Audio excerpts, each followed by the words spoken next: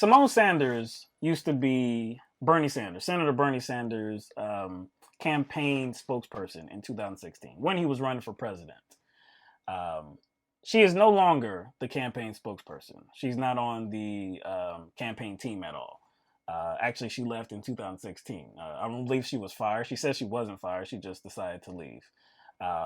She is now a part of the Biden campaign team. Mm-hmm. We've seen a lot of her in the news lately. Yes. She's a senior advisor within Biden's organization. And so it is a odd look. It is very much an odd look because if you know anything about Bernie Sanders' past and if you know anything about Joe Biden's past, if you know anything about their current views, like the current direction that they want to see the United States go in, it's a very odd look.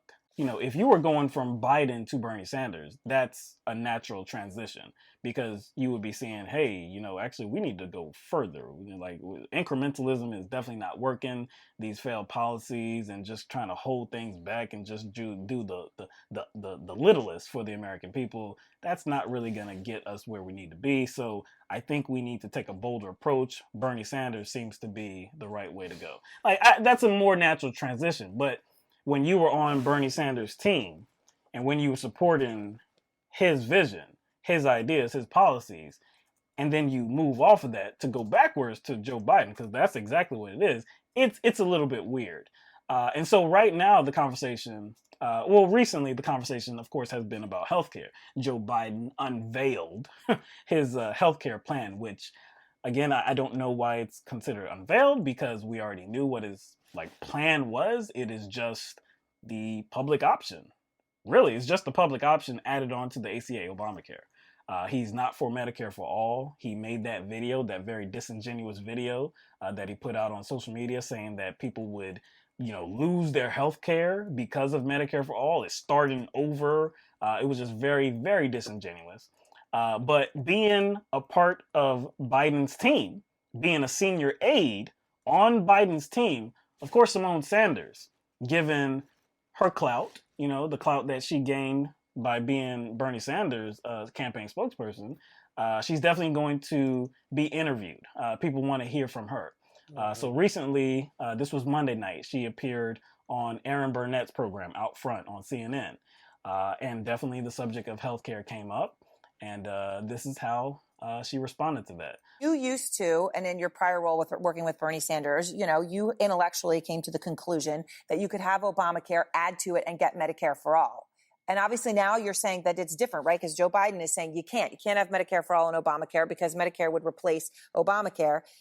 Here you are back in 2016, and I want to play it, Symone, because I want to give you a chance to explain to everybody how you came to change your mind. Here you are.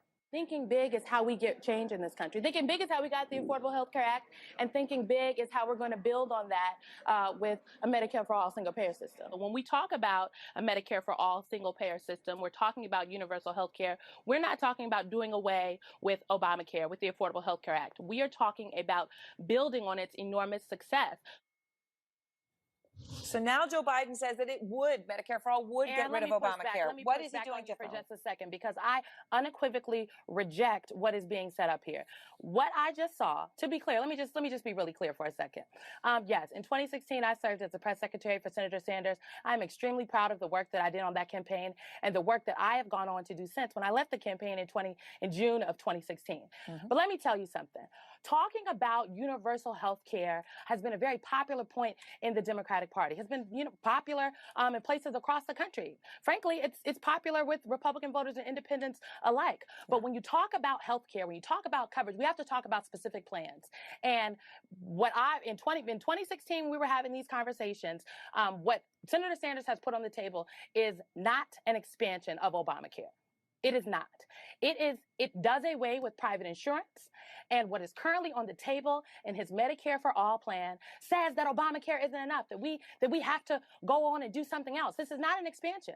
Now, if the Sanders campaign would like to say it's an expansion, I hope you would welcome them onto your program to have that conversation.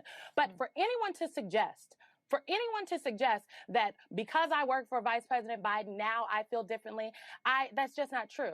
I welcome a conversation. No, I want to be clear. But I want to be clear. I'm not suggesting you feel differently. No, I'm but suggesting, hold on, but Symone, you're let me say why I played that. No, I want to be clear. Because I do feel some Symone, let type me of way finish my here. sentence. Hold on. I didn't say it to do a gotcha. I said it because what you It said looked then very is different than gotcha. what you're saying now. You're a thoughtful, smart person. You've changed your mind. And I want to give you a chance to explain to people why. Because, Aaron, I believe in building on the enormous success of Obamacare. But the plan that is currently on the table that is being discussed by a number of folks when they talk about Medicare for all, specifically Senator Sanders' plan, does not do that.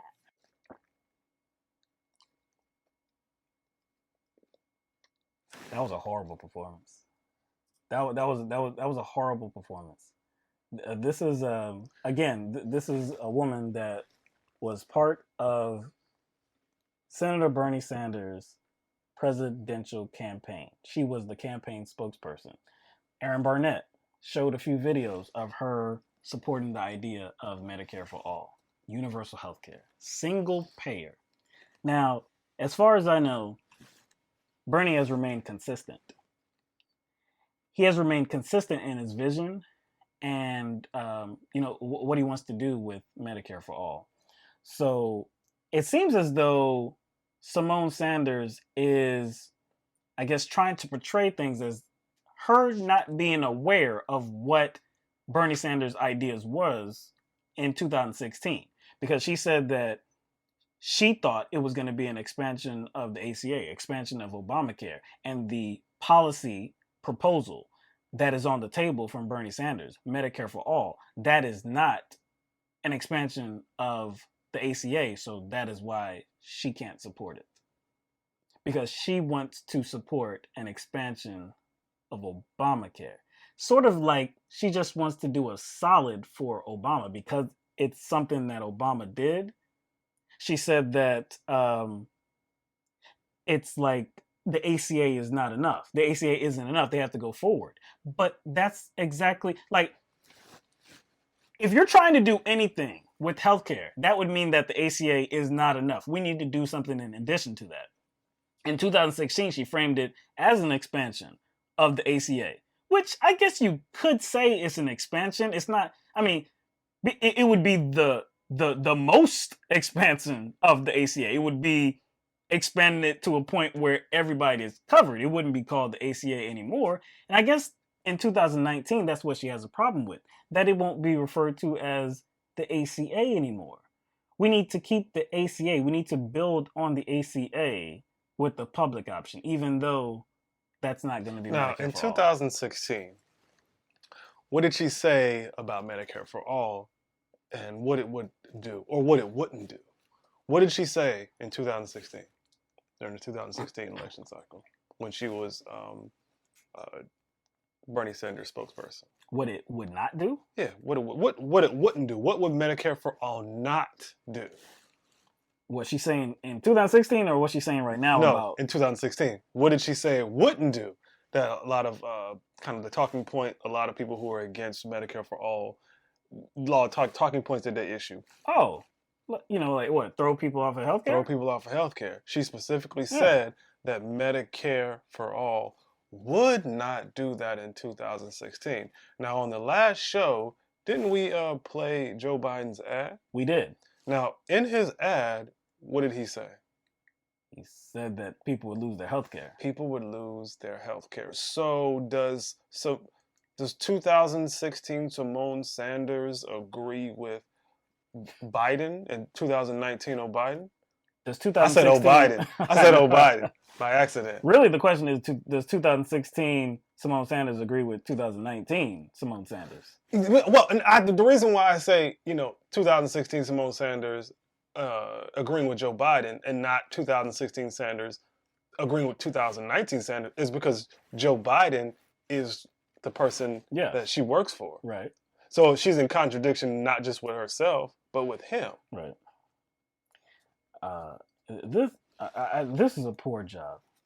Again, it's an odd look. I already said that. It's an odd look for Symone Sanders to be on this team because she was with Bernie Sanders. And it's not that, you have to stay with a politician. I don't know what led to the break. I don't know if it was really her decision or if it was Bernie Sanders' decision that led to, her leaving the campaign. And when it came to 2019 and Bernie Sanders deciding that he wants to run for president again, did he reach out to her? Did he not? I have no idea. So I'm not faulting her for not being a part of the campaign. It's just that if the things that you supported with Bernie Sanders, you had to go on record and say that this was the current way or this was the right way for our country to go. You had to go on record and support the idea of single payer Medicare for all. You had to know what single payer Medicare for all meant. And single payer means private insurance. No. Private health insurance industry. No. They're not going to be involved in just general medicine, just general healthcare. They're not going to. You would have to know that in 2016. So for you to here in 2019 to appear to be blindsided by Bernie Sanders' proposal and to frame that as well, hold on. This is not an expansion of the ACA. No, we need to keep the ACA intact. If we're not keeping the ACA intact, then I can't be down for it. So what you're saying is, like, no matter what her answer is, it makes her appear ignorant. Yes. Because you're saying that, she didn't know what she was pushing in 2016. Do we really believe that? I don't really believe that. It would still make her look ridiculous if that is the case, if that's her argument. And I think it's a simple question. I don't think it's a gotcha question. Like, we're not particularly fond of CNN. No, we're not. But I think it's a simple question. You have such a stark difference in perspective about a very important issue, like in between election cycles. You see what I'm saying? So it's to me, it's not really a gotcha question, and it's a pretty simple question. Hey, why did you move from this position? All she could have said was, I've just become more practical. That's all she had to say. That's all she had to say, really. He's like, I think this is a more practical position now. I just don't. Yeah. I don't think she should have kind of thrown shade on those candidates that are pushing for Medicare for all, because that's what she kind of did. She kind of threw shade at that. Yeah. She didn't have to do that. All she could have said was, I'm still in support of Medicare for all. She could have just went ahead and just waffled just like the other candidates. She could have just waffled just like Elizabeth Warren. She could have said, I'm supporting Medicare for all, but I think Joe Biden's plan is a pathway to that. And I think that's more practical. That's what she should have done. Well, she can't say that because remember, Joe Biden in that video said, he said something like, yeah, I know everybody is talking about Medicare for all, but it's not as what you think it. It's not what it seems. It's going to lead to this. It's going to lead to people losing their health care. So she can't say that. I still think she can work that. I think she can work that in. I just think that would have been a better take than what she just. She could have said universal health care. She could have just said, yeah. She could have said that. It just looked like she was like on defense mode and caught up in her feelings. Now you don't do that if you're an honest actor. That's you don't have that reaction if you're an honest actor in all this. She seemed to be very emotional and trying to kind of redirect the conversation to, oh, you're trying to get me in a gotcha. No, this is a legitimate question. It was a very legitimate question. She could have offered a better answer that didn't make her look so caught up in her feelings, and that would have gotten her out of that situation. And you brought up the shade now, okay? So you brought up the shade. The same day that she was on CNN with Aaron Burnett, she also posted something to Twitter, and we definitely want to show that to you. So just take a look at this. She links an article to her tweet, and with the words "since we're flagging old tweets," and the link is to an article from The Hill, and it's about Bernie Sanders in 2016. Specifically, it was January 2016. And a quote from him. It was, a Democratic town hall featuring Bernie Sanders, of course, probably Hillary Clinton as well. And there's a quote saying, "We will raise taxes. Yes, we will." So with this tweet, it seems that she is doing what we have known many Republicans to do, and many corporate Democrats, establishing Democrats to do as well, to try to fearmonger around the idea that taxes are going to be raised. Now, that's awfully shitty, it's definitely awfully shitty because you should know better. Because we know, first of all, if it did get to the point where taxes were raised on everybody, and that includes the middle class, poor people, if taxes were raised, we're still in a better situation than we would have previously been because we have free healthcare, so to speak. We're not going to be paying premiums, deductibles, copays. So we're definitely going to be in a more positive situation for us. We're going to come out ahead in terms of financially. But she should know that. She should know that, Okay. and corporate Democrats should know that as well. So but there's another aspect to I this was about as to well. say, so not only is she issuing kind of a fear tactic here, but Yes. that quote snipe or that tweet sniping. Right. What's the other major problem with it? As I stated before, this article, came out in January of 2016. Now, Symone Sanders, she was welcomed as an addition to the Bernie Sanders campaign team. I think it was around mid 2015. I think it was around August, something like that. It was definitely in the year 2015 where she became a member of Bernie Sanders' presidential campaign. So certainly in January of 2016, she would have been on the team as well. She would have been the campaign spokesperson. So you're telling me that Symone Sanders, no, you're not telling me. She's telling me that she has a problem in 2019 with Bernie Sanders saying that taxes are going to be raised. But in 2016, she would have had to support that idea and communicate why it's good and beneficial for Americans. She would have had to do that back then. So in kind of retweeting this article, she is kind of kicking herself in the face. Bam! I can't put my foot up there. I just use my hand. And you know what's so funny about it? If you go to that tweet and go to that thread, it's definitely being ratioed. And it was like, yeah, you're not making the point you think you are. I was like, this is not a good take. Everybody was pretty much pointing what you were pointing out. Yeah. You were pointing out. It's kind of funny that she tried to do this, and the vast majority of responses, I'm talking about 99% of them, were like, yeah, you're making yourself look silly now. So I'm really wondering how much money Biden's campaign offered her. It has to be a lot of money. Did she get any offers from any other campaigns? And for a similar position or the same position? So again, we haven't really spoken about, no, not really. We have not spoken about Symone Sanders in a very long time. I don't believe since we have been doing the live show, LTMB Live, I don't believe we have mentioned her not once. No. So I went back and I saw an article.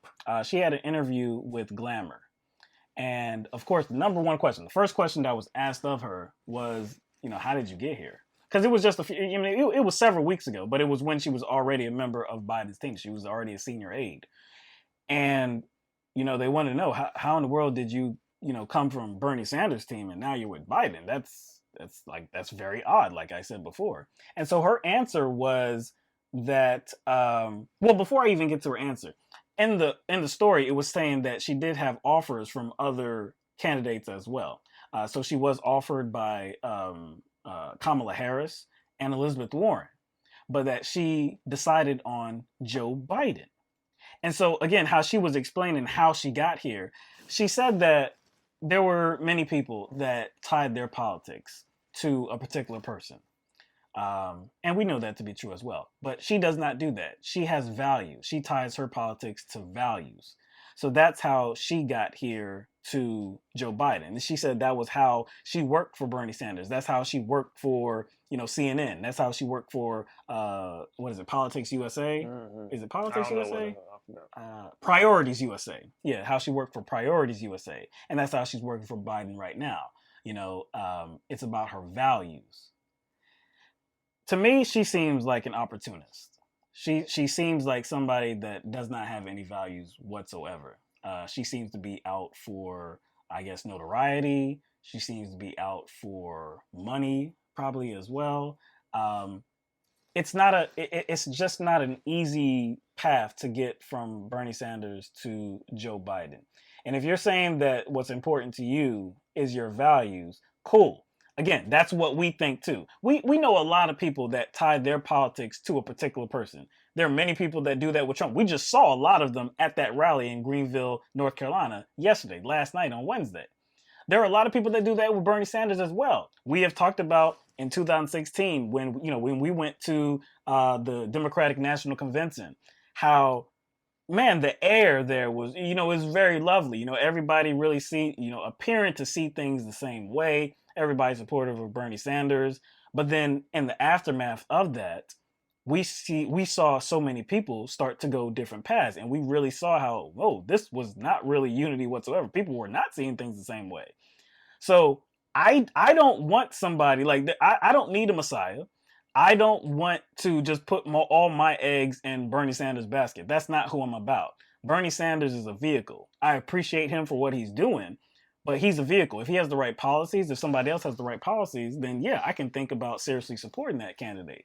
So I have no qualm with her, I guess, separating those things by saying that, no, what's most important to me are my values. But when your values are what Bernie Sanders was bringing to the table, you spoke up for Bernie Sanders. You were an integral part of the team. You spoke to why America needs this, and this. Why America needs universal health care, single payer to be specific. So if these were your values don't seem to change because they're your values. I was about to say.